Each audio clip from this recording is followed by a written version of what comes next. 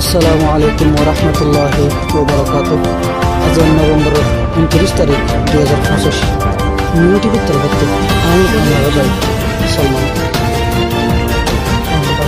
जहाँ तक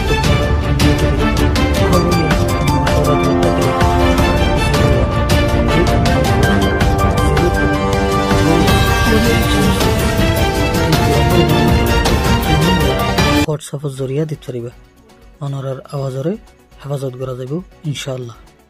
যেতলতে দুনিয়ার মাঝে মোবাইল ইন্টারনেট ফই দিয়ে হেতলতে ডইলা তরিকলে মানুষের দোকা দি টিয়া ইয়ার বাদে মানুষের দোকা দিয়া ইনো ফই দিয়ে দুনিয়ার মাঝে বহুত আগলতি মোবাইল ইন্টারনেট আলিও রোহিঙ্গা হলে 2017 সালের আগে যে তারখানার জমিনের মাঝে আছিল হেতে ওপেনভাবে মোবাইল ইন্টারনেট ইউজ করে না পারে, যার কারণে রোহিঙ্গার ভিতরে দুহাবাস অনলাইনের মাধ্যমে দোকা দিয়ে মানুষের তো ফসে মানুষের দোকা দিয়া ইউনো আছিল।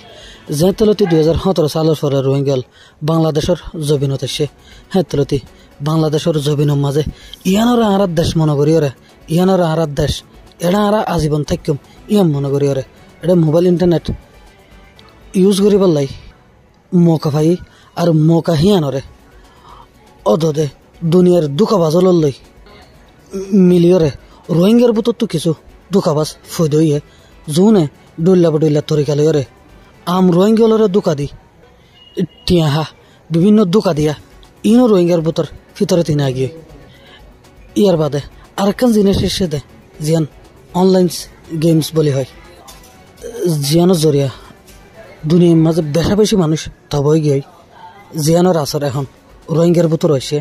রোহিঙ্গার নৌজওয়ানল আর হনো হাম নাই ঘরত বই টিয়া কিছু পাইলে হিনরে মোবাইলত বরিয়রে জোয়া খেলাই এখন হতইল দে রোহিঙ্গার তো হাম নাই খরচ নাই পয়সা খাবার মৌকা নাই। এখন পয়সা তোর আমরা ফাইলে ই যদি জোয়াত মারি দি ইয়ার বাদ আবার পয়সা হাড়ো পাইব, ইয়ার বাদে যে কি করে গাড়ি কানুনি যত হাম আছে হামিম বিকিন করিবার কোশিশ করে আর কুলে রোহিঙ্গার নাম খারাপ করে। ও রোহিঙ্গার নৌজওয়ানল মানুষরে দোকা দিয়া বন্ধ করে দাও, অনলাইনত জোয়া খেলাইয়ারে নিজর ফ্যামিলিলে নিজর বউ ফ্রেন্ডরে মুসিবতত নফেলাইয়া। আব্দুল্লাহ তাশেষ গেলাম। আসসালামু আলাইকুম ওয়া রাহমাতুল্লাহ।